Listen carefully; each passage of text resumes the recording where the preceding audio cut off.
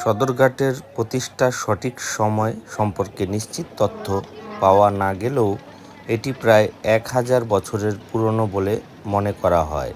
বুড়িগঙ্গা নদীর তীরে গড়ে ওঠা ঢাকা শহরের ইতিহাসের সঙ্গেই সদরঘাটের ইতিহাস জড়িত।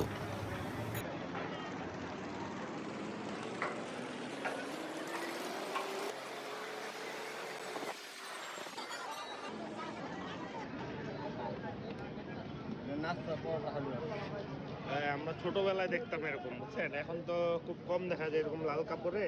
ছোটবেলায় দেখতাম।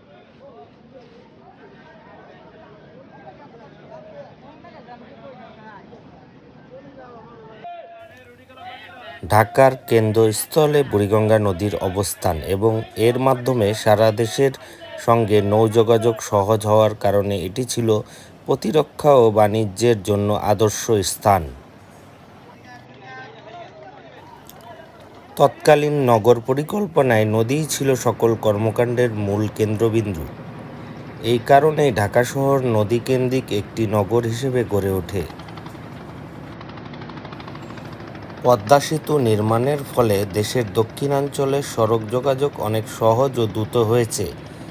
এর ফলে সদরঘাটের কার্যক্রমে কিছুটা পরিবর্তন এসেছে, তবে নদীপথে ভ্রমণ এখনও তুলনামূলক সস্তা এবং আরামদায়ক হওয়ায় সদরঘাট আজও যাত্রী ও পণ্য পরিবহনে গুরুত্বপূর্ণ ভূমিকা পালন করছে।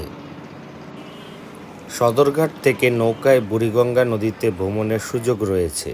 নদীর পাড়ে বসে বা নৌকায় চড়ে বুড়িগঙ্গায় সৌন্দর্য উপভোগ করতে পারবেন। এই ছোট নৌকা ভ্রমণ আপনাকে ঢাকা শহরের কোলাহল থেকে মুক্তি দিয়ে এক শান্তিময় অভিজ্ঞতা দেবে, যদিও বুড়িগঙ্গা নদীর পানি অপরিষ্কার।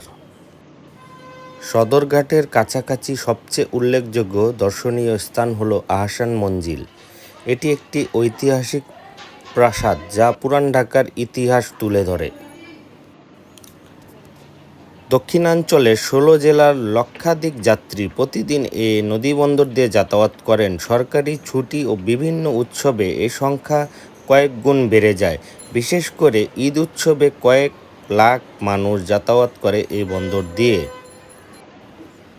তবে বন্দর এলাকার যানজট, হকার, চাঁদাবাজ, ঘাটের কুলিদের হয়রানি, যেখানে সেখানে ময়লা আবর্জনা, পানির দুর্গন্ধের কারণে সদরঘাট দিয়ে যাতায়াতে নানা ভোগান্তিতে পড়তে হয় যাত্রীদের। অন্যদিকে যাত্রীদের হয়রানি কমাতে নৌযান শ্রমিকদের সদাচরণের বিষয়ে প্রশিক্ষণ প্রদান, টার্মিনালের এলাকা পরিষ্কার পরিচ্ছন্ন, যাত্রী হয়রানি ও যানজটমুক্ত এবং যাত্রীবান্ধব আধুনিক ঢাকা নদীবন্দর গড়ে তুলতে চায় কর্তৃপক্ষ। সদরঘাট দিয়ে চলাচল করেন এমন অনেক যাত্রীই মনে করেন সদরঘাটে এলে আতঙ্কে থাকতে হয় তাদের। বর্তমানে টার্মিনাল ভবন আধুনিকায়ন হয়েছে, তবে সদরঘাট দিয়ে চলাচল করতে গিয়ে এখনও নানা ভোগান্তিতে পড়তে হয় তাদের। বিশেষ করে ঈদ মৌসুমে থাকে চরম অব্যবস্থাপনা। হকারদের দৌরাত্ম্য, লঞ্চ শ্রমিকদের যাত্রীদের নিয়ে টানা হেঁচড়ার কারণে নানা ধরনের হয়রানির শিকার হয় যাত্রীরা। সদরঘাট লঞ্চ টার্মিনাল থেকে দেশের প্রায় 45টি রুটে লঞ্চ ও স্টিমার চলাচল করে।